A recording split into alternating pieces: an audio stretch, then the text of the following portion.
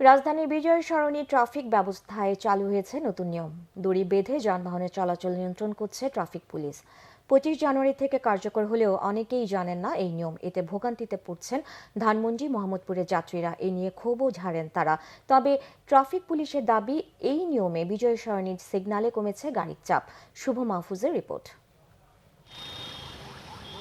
রাজধানীর বিজয় সরণিতে দড়ি টানিয়ে নতুন নিয়মের ট্রাফিক নিয়ন্ত্রণ। জাহাঙ্গীর গেট থেকে ধানমন্ডি মোহাম্মদপুর অভিমুখের গাড়িগুলো মোড় নিতে পারবে না ডানে। তাই ডিএমপির নতুন নির্দেশনা বাস্তবায়নে দড়ি টানিয়ে এভাবে ট্রাফিক নিয়ন্ত্রণ করছে পুলিশ। নতুন নিয়ম না জেনে অনেকেরই চেষ্টা আগের নিয়মে যাওয়ার। নিয়ন্ত্রণে বাড়তি বেগ পেতে হয় পুলিশকে।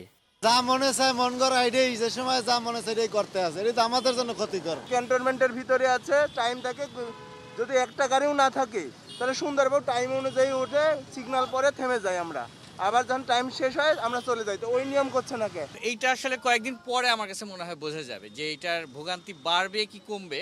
নতুন নিয়মের ফলে এই এলাকার সড়কে যানজটের তীব্রতা আরও বেড়েছে। অভিযোগ যাত্রী ও চালকদের। জাহাঙ্গীর গেট থেকে অলমোস্ট 20 মিনিট হয়ে গেছে, 20 মিনিট বেশি হয়ে গেছে এখান থেকে একটা জাস্ট খালি বিজয় সরণি সিগন্যালটা পার করতে।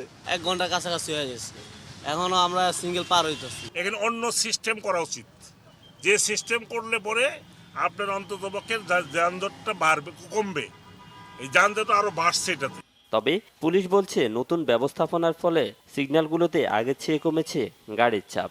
যে গাড়িগুলো বিজয় সরণি থেকে রাইট টার্ন করে তাদের ধানমন্ডি বা খেজুর বাগানের দিকে যেত, এই গাড়িগুলো এদিক দিয়ে এদিক থেকে রাইট টার্ন করার কারণে অনেকাংশেই বিজয় সরণির উপর যানবাহনের চাপটা কমে গেছে এবং আমরা আশানুরূপ ফল পাচ্ছি।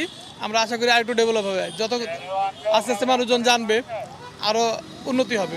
কয়েকদিনের ব্যবধানে নতুন নিয়মের সুফল আরও বাড়বে বলেও আশা ট্রাফিক পুলিশের।